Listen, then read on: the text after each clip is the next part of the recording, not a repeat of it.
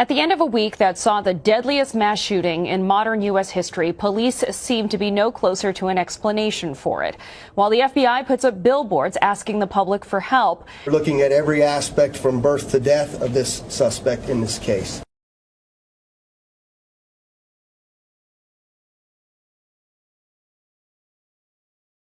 Las Vegas Metro Police Department Under Sheriff Kevin McMahill.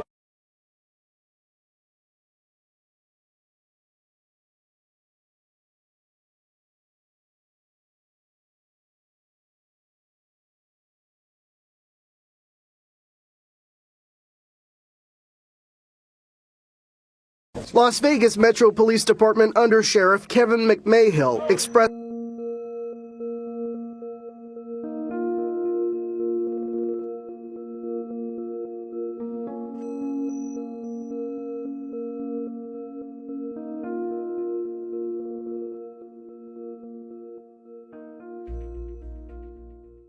expressed frustration that 5 days later it's still not clear what prompted the massacre.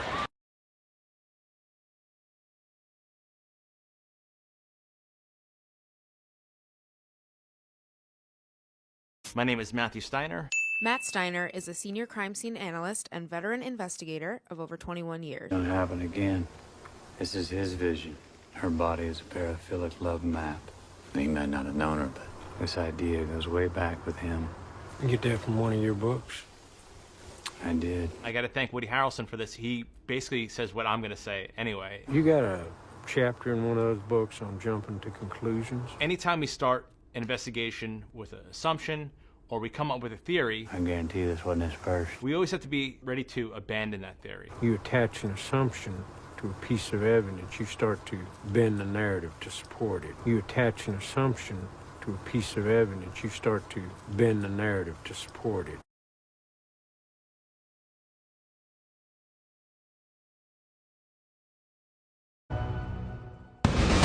Months after the deadliest mass shooting in U.S. history, the Las Vegas Metropolitan Police Department closes its criminal investigation into 1 October. Good morning.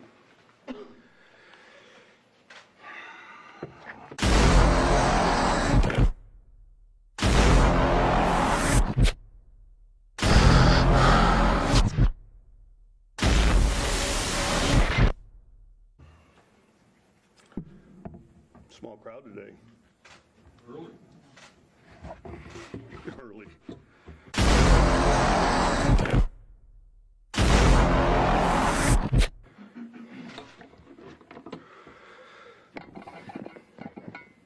Larry, we ready? We good? We're good, sir. You guys ready?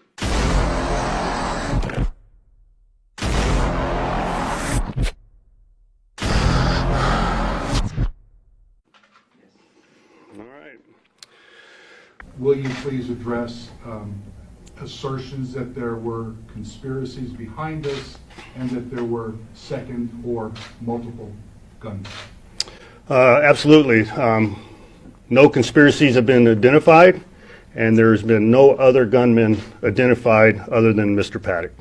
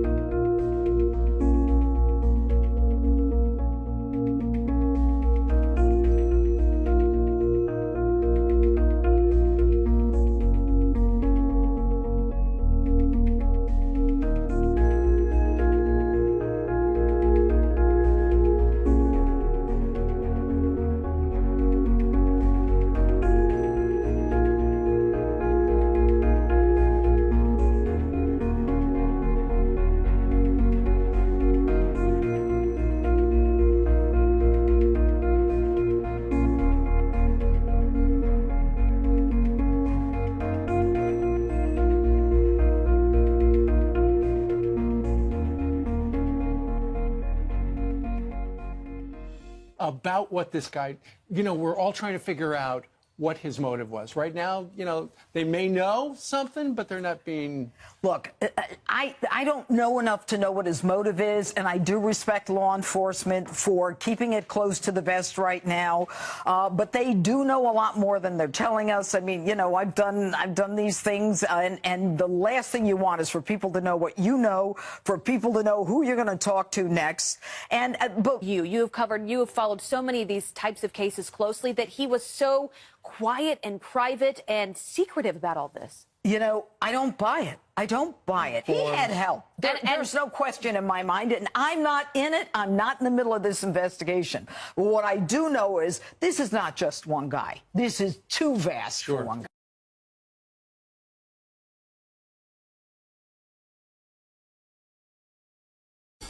Joining us now is former Secret Service agent Dan Bongino.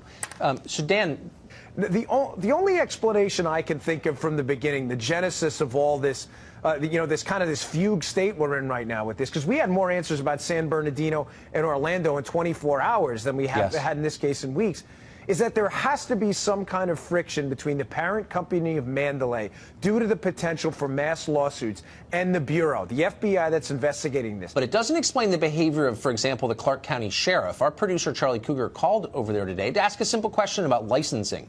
This guy doesn't seem to have had a license as a security guard. You know, whatever. What are the rules? Yeah.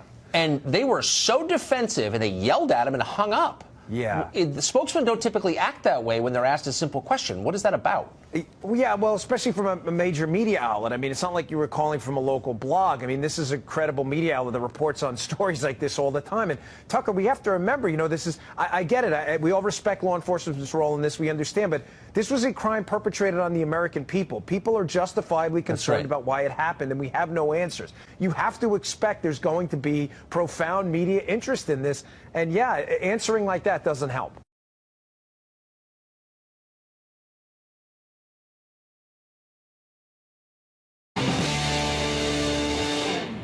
Good evening and welcome to Tucker Carlson Tonight. It is the deadliest one-man massacre in American history, yet already among the most forgotten. It's been just a month since Stephen Paddock killed 58 people in Las Vegas. For weeks, we've been asking basic questions about what happened, most of which remain unanswered tonight. What was Paddock's motive for the shooting?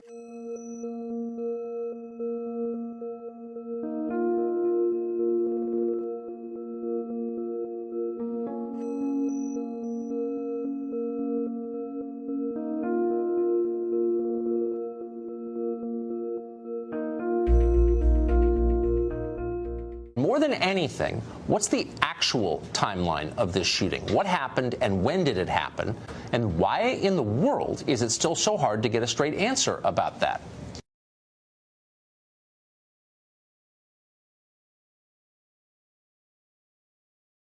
Since they have, you know, a shower and a bath, I thought, oh, it'd be so nice to take a bath. That would be tears. So I took a bath.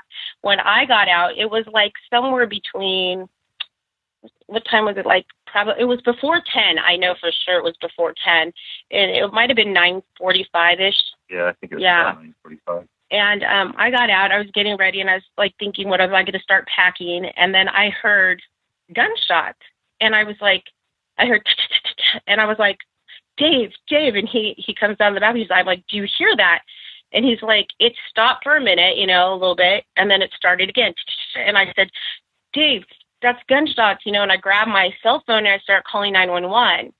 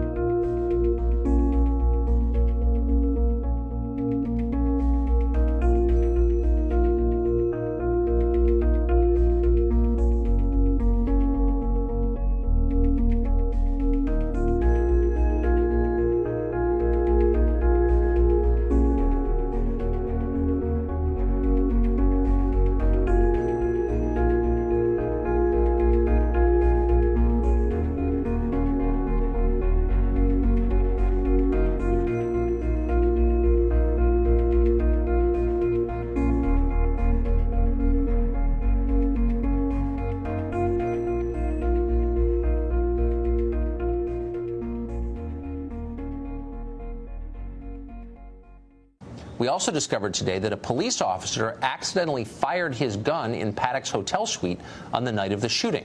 How did that happen? Guns don't often accidentally discharge, they're accidentally fired.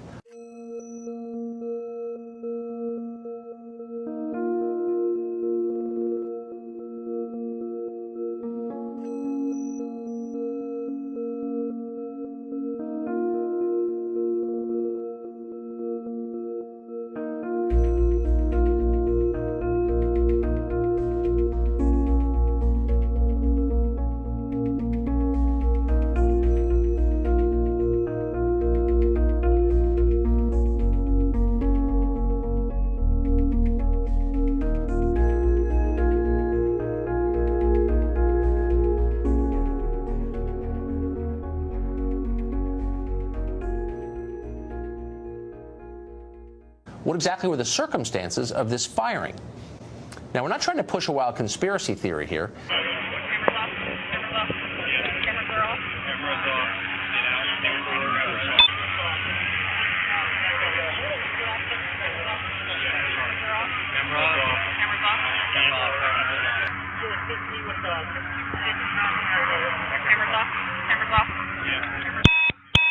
What videos? I think there was a man named Hancock. Right. Yeah, so his video, I guess apparently his camera wasn't on. Do you know why? No, that's I was. Do you have any idea why? No, but I'm hoping you could tell me. So here's think of this. Okay. You're a SWAT operator. Okay. Yeah. You're out doing whatever with your family. Yeah. And you hear about this horrific call. Oh, was he off duty? Yeah, he was off duty. See, that's the part you guys missed. No, that's why So I'm then asking he runs. He throws on a jacket, luckily with charges. Yeah. And he goes to be a hero. Okay. And everybody thinks about the camera. Well, the camera's still on the dock.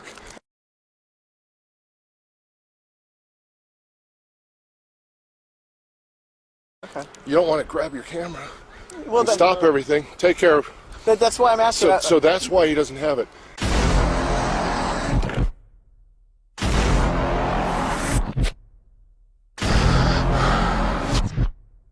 Yeah. It's because he's doing something heroic. Yeah. And we're not thinking about the camera.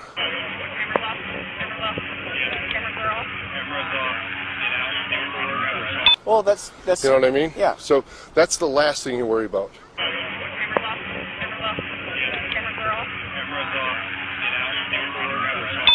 And that thing's on a dock, being charged for the next time when you go on duty.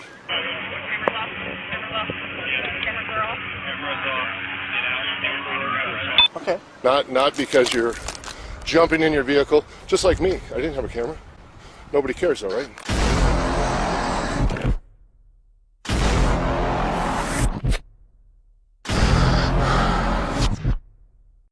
Well, I don't know. So I think some Because people. I was off duty. Yeah. But I showed up. Yeah. 970 people were involved in that event. Most of them didn't have cameras. I have another question, unrelated, and. If you're being shot at and you're in a patrol car, you're going to get out and get to safety, or you're going to worry about turning your camera on?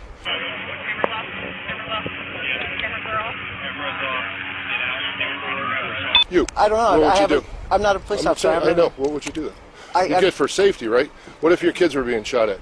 Would you grab them and run for safety? Or would you worry about turning your camera on so someone later can go, oh my God, you didn't have your camera on. You're a horrible person.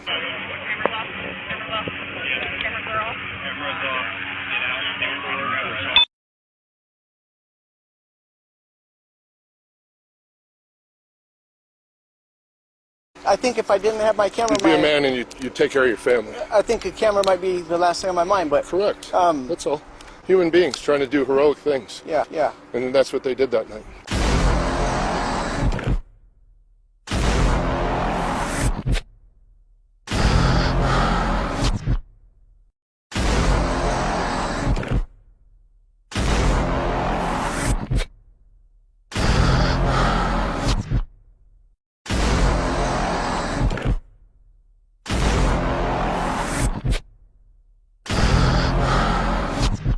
I have another question. This one. So, to answer your first question, yeah, the film didn't disappear. There never was one. Okay. There was no camera.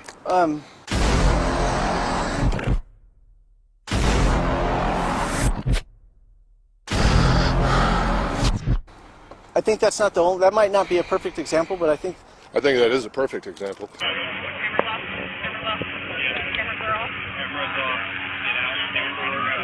because that's one of the things that everybody did that night. Because if you were there, people were in gun belts, flap jackets, flap jackets, flap jackets, flap jackets, flap jackets, flap jackets, tack vests, duty belts, ready to go out there and fight for their community to stop this threat in shorts, just like you're dressed, but with a gun belt and with a vest or a tack vest, sometimes not even a vest, and lined up by the hundreds. And I stood there and watched them line up, ready to go into the fight.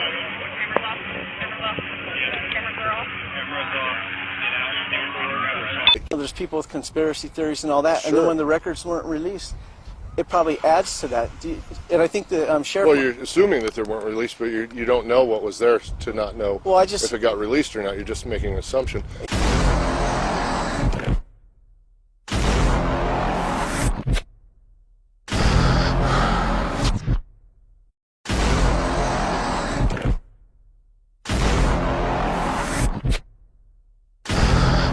Because they want a conspiracy, because they want another shooter. But the reality is, we had one crazy guy with a whole lot of guns and a whole lot of ammo, killed a whole bunch of people, and I'm not suggesting there was another shooting. Another shooter. But what would we have to hide? What would we have to hide? What would we have to hide?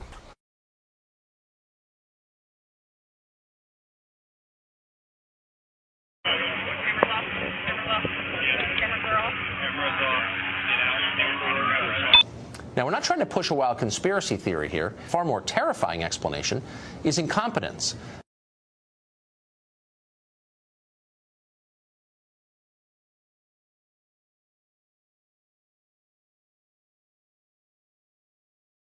The people running this case don't really know what they're doing. You hate to conclude something like that, but it's becoming hard not to, especially when you consider the Las Vegas case in its larger context.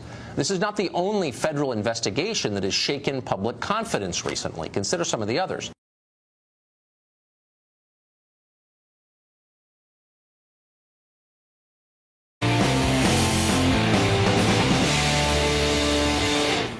Good evening and welcome to Tucker Carlson Tonight. We're broadcasting this evening in unseasonably cold weather from Las Vegas, site of the deadliest mass shooting in American history. It's been 2 months since Stephen Paddock murdered 58 people. It happened right behind where I'm sitting right now. And despite a lengthy and expensive investigation, a huge number of unanswered questions, some of them the most basic questions about that shooting, remain unanswered. We've come here in a search for answers, and we're going to devote a portion of the show to that in a minute. Stephen Paddock's killing spree on October 1st was the deadliest one-man shooting in the history of this country. 58 people were killed. He died as well. It's a tragedy that demands answers, but instead questions have only piled up. Doug Papa is a former police officer and casino security expert, and they join us both tonight. Thank you both for coming on. Thanks, Tucker. So, Doug, give me the overview here. We were talking in the break. We have compiled a list, my producers and I, of questions to which we have no answers. Very basic questions. I won't repeat them on the air, but basically we know basically nothing. That's true. Why? I don't have any idea. It was one of the reasons why I started writing the stories right after the incident for the Baltimore Post-Examiner. I wrote 35 stories to date and try to get some answers from the Las Vegas Metropolitan Police Department. And every time you called up the PIO, initially they're either very rude or they just say, they comment that it's an ongoing investigation and they can't talk. I had some specific things that really bothered me from the start. One is where was the 40-member SWAT team the night of the worst mass shooting in American history? And let's start there. What's the answer to that? Nobody knows, and actually nobody actually asked the question to Sheriff Lombardo to this day. I was the only one that wrote these in the stories. I do not know where they were. I do know from doing my investigation and talking to sources within and outside the Metropolitan Police Department that Levi Hancock, who was the officer that breached the door with explosives, went in with an ad hoc team of 2 canine officers and I believe that Donaldson was the gang unit detective. And he was a little concerned about his safety from what I was told because he was going in with people he never worked with before.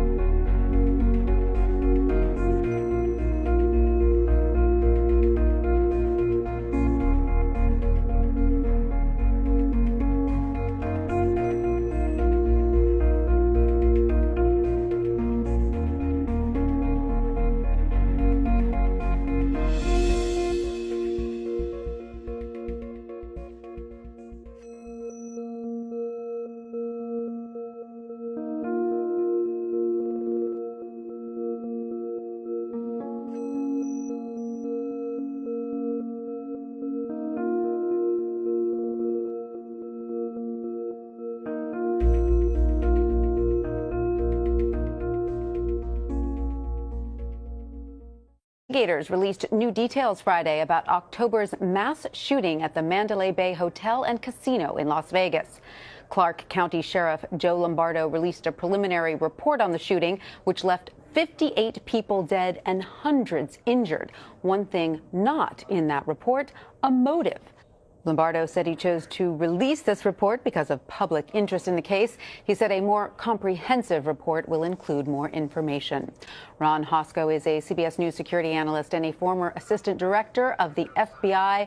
Ron, thanks for being with us. We still don't know why he did it, but authorities uncovered evidence pointing to months of methodical preparation. With your experience in law enforcement, what do you make of the report? Well, still, a fair amount of frustration because the ultimate question is unanswered, and that goes to motive. Why? So in your experience, is a crime of this level ever committed with no motive? There was a motive. There is a why. The hard part here is, can law enforcement discover it? And certainly to eliminate some of these conspiracy theories that are already brewing in Las Vegas and around the country.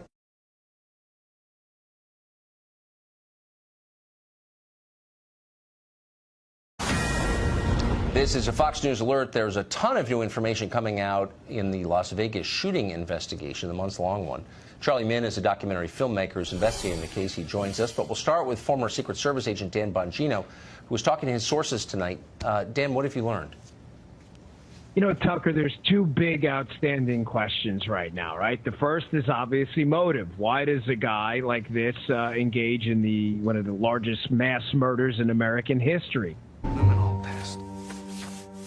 My name is Matthew Steiner. Matt Steiner is a senior crime scene analyst and veteran investigator of over 21 years. You got a chapter in one of those books on jumping to conclusions? Anytime we start an investigation with an assumption or we come up with a theory, I guarantee this wasn't his purse. we always have to be ready to abandon that theory. You attach an assumption to a piece of evidence, you start to bend the narrative to support it.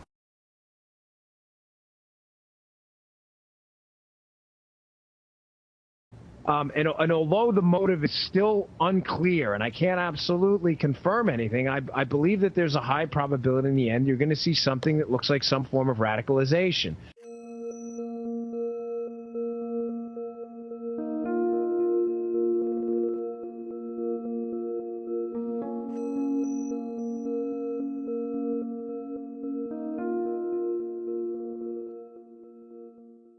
Now, what that radicalization was, it's always associated with, of course, Islamic terror, given the threat environment. That may not be it. It may be some kind of political motivation as well.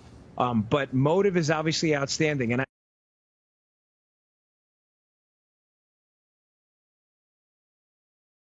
was he alone? Now, it's pretty obvious he was the lone gunman in this case, based on all the evidence we have.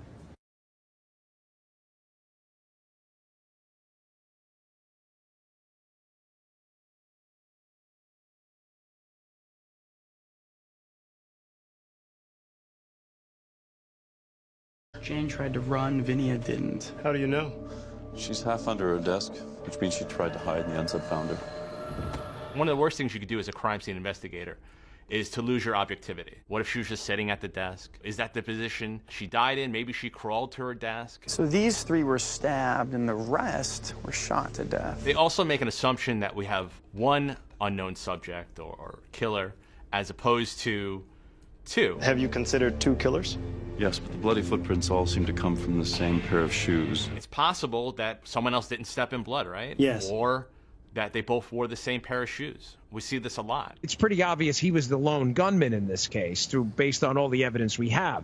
You got a chapter in one of those books on jumping to conclusions? Anytime we start an investigation with an assumption or we come up with a theory, I guarantee this wasn't his purse. we always have to be ready to abandon that theory. You attach an assumption to a piece of evidence, you start to bend the narrative to support it. But that's not what I'm asking. Was he alone, or did he have some kind of support structure in place?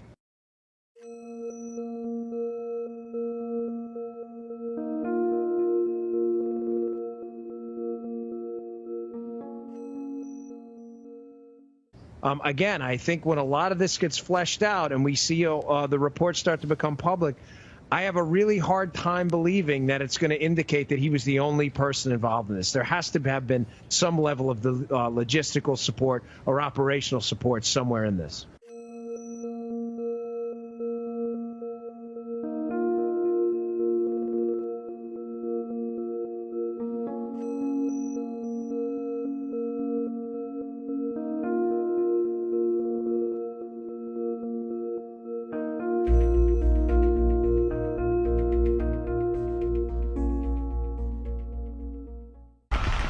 It's been 10 months since chaos and gunfire erupted.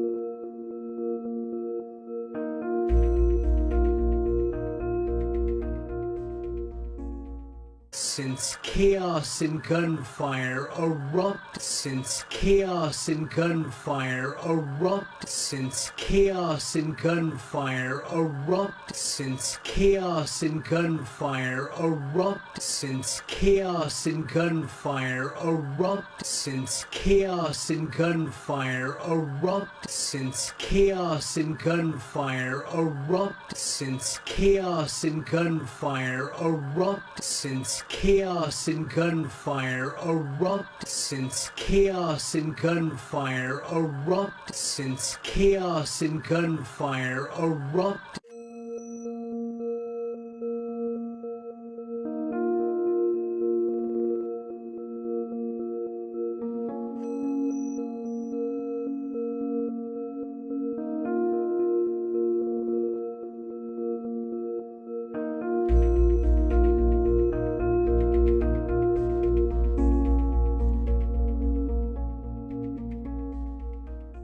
Still no reason why. Single shooter, no conspiracy. We will release our final criminal investigative report on the 1 October mass casualty shooting. It's with a certain sense of relief that I stand before you today to say that we have completed a monumental task.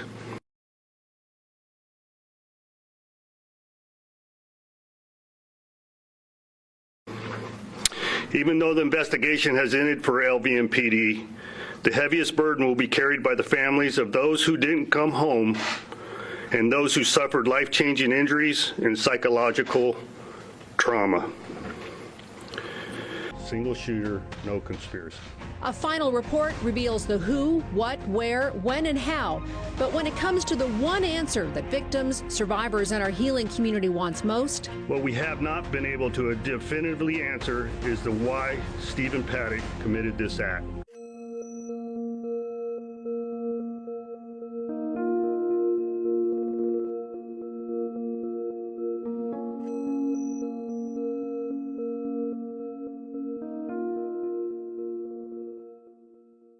The goal of our investigation all along has been to provide the public with the clearest picture possible of the events leading up to 1 October, as well as motive.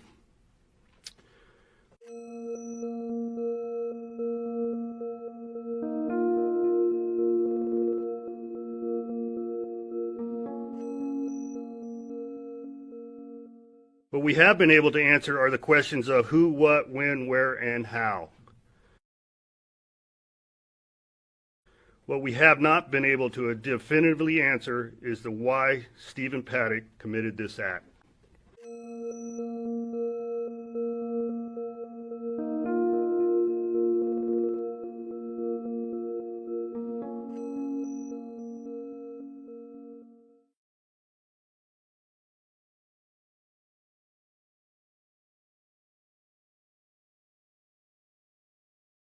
They could be destroying rifling that's on that bullet. And that's what really we're going to send to the lab to do some sort of analysis compared to a suspect's gun. Motherfucker.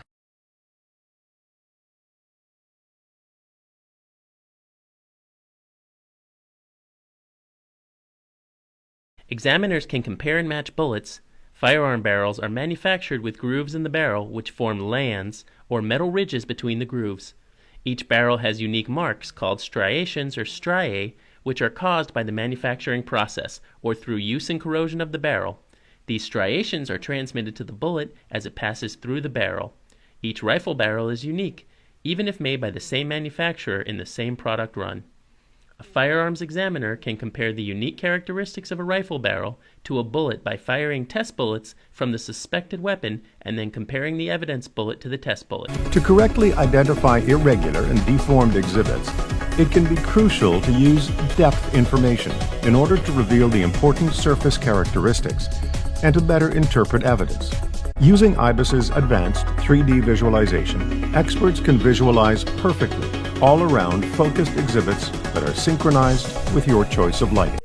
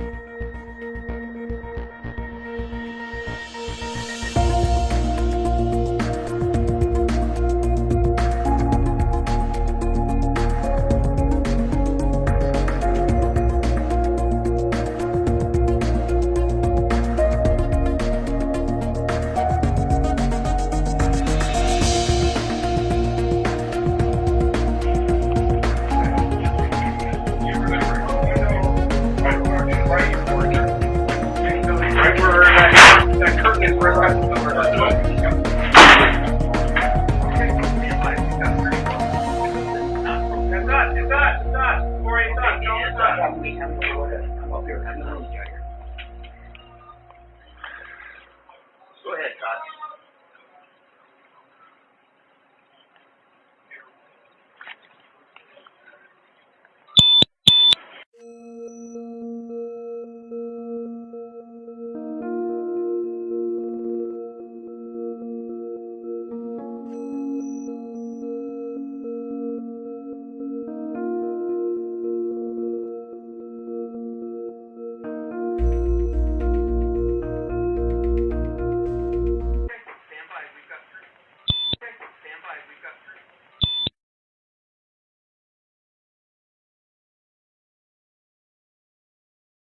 Right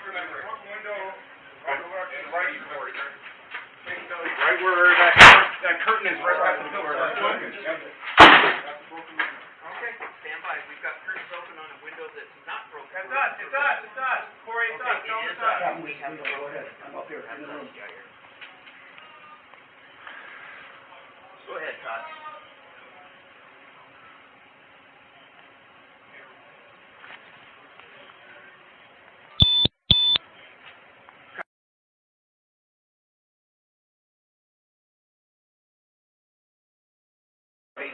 Come up here. Go ahead, Todd. Yeah, he has a.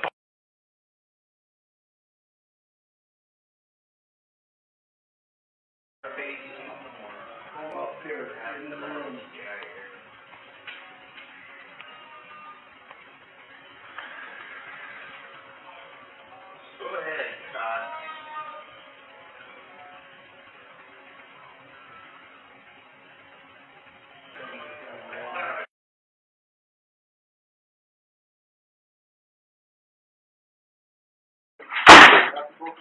Okay, stand by. We've got curtains open on a window that's not broken. It's us. Corey, it's us. Tell us us. We have to go ahead. I'm up here.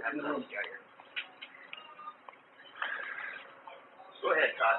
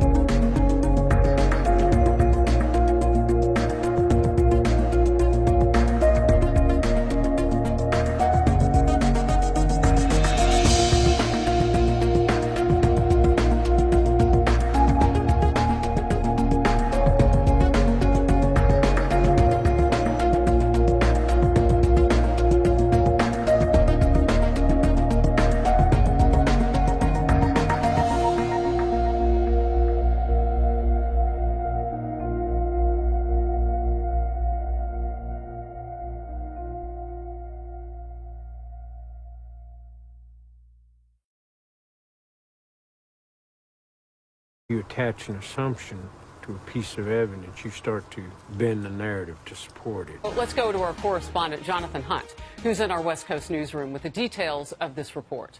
Jonathan? Good evening, Harris. For those who lost loved ones or who survived that terrible, traumatic night, it is a disappointing end to a 10-month investigation that has left us no closer to uncovering a motivation for the massacre. Let's bring in now one of the survivors of that shooting, Lisa Fine. She's also the co-founder of Route 91 Strong, a nonprofit organization set up to help raise awareness and gather resources, I know, Lisa, to support victims, survivors, and loved ones impacted by the horror that night. Clearly, he had a damaged mind. I have, not damaged mind. I have, not damaged mind. I have, not damaged mind. I have, not